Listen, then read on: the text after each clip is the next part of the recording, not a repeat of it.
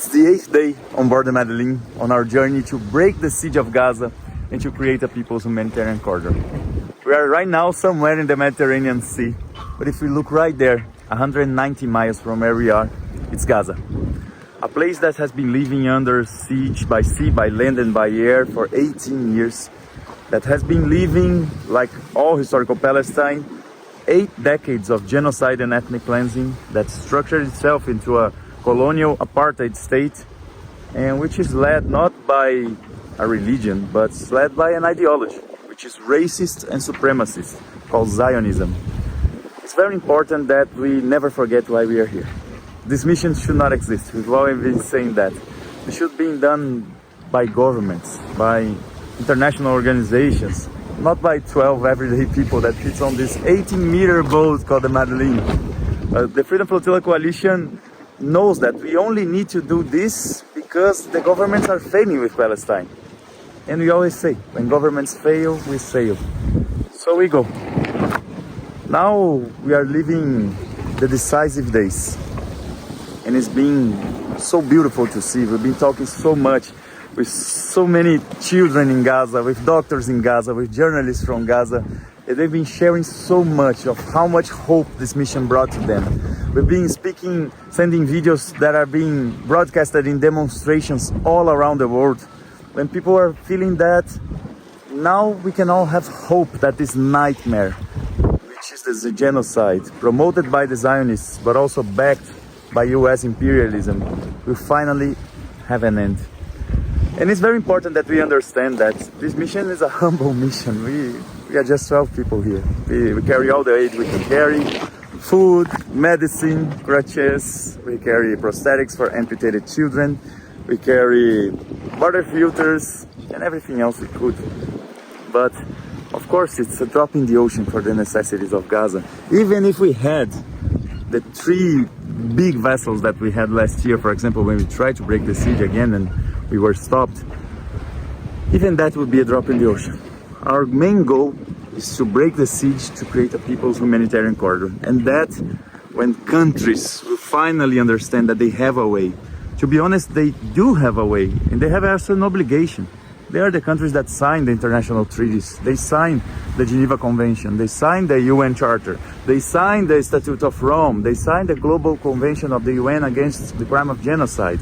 They signed the Convention of the UN against apartheid. So it's not like they can choose to ignore it. It's their obligation to do so. But since they're not doing, they say they have no means, we are here to provide the means, which is to open a way for them to do it. And we know the risks. Netanyahu himself, one of the worst person who ever walked this earth, he's been saying that he's going to block our mission.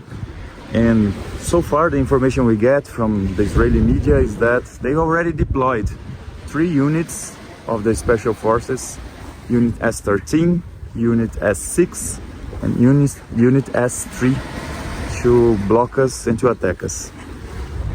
It is complicated because whenever we are training our participants here in non-violence, because we are a humanitarian non-violent mission, we always tell them that all the interceptions that happened in the history of the Freedom Flotilla Coalition, we discussed this a lot in our steering committee with our other steering committee members, that all the interceptions that happened came from this Unit S-13. They are very used to commit war crimes. They are the ones who executed 10 of our people in the Mavi Marmara. 9 at the very same night, 15 years ago, and another one died a few months later in a hospital bed. So they are used to it. They are the ones who usually intercept flotillas.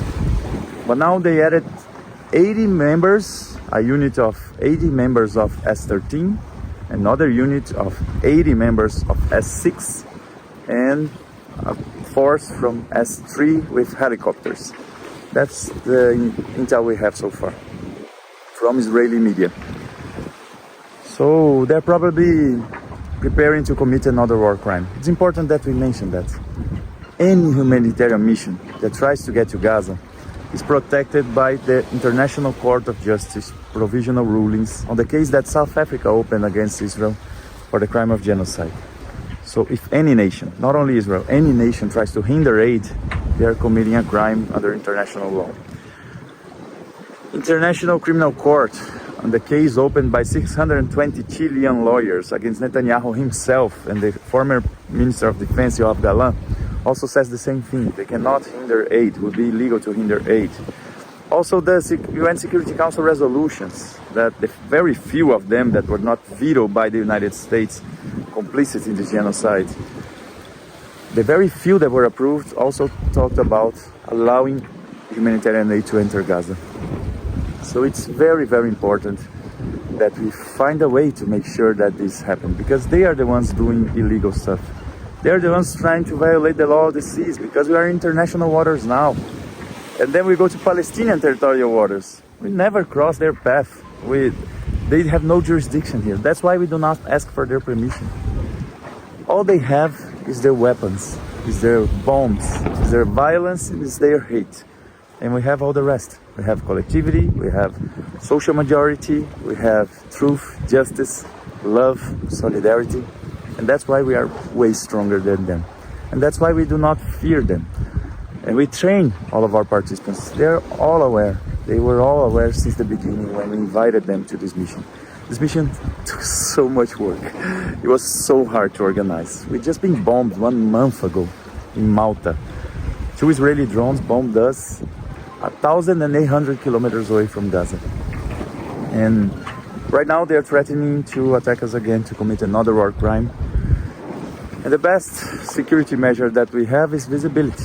Is you sharing, you pressuring your nation states, pressuring your governments, for them to pressure for a safe passage, for them to send the military vessels. There are 2 US aircraft carriers right here.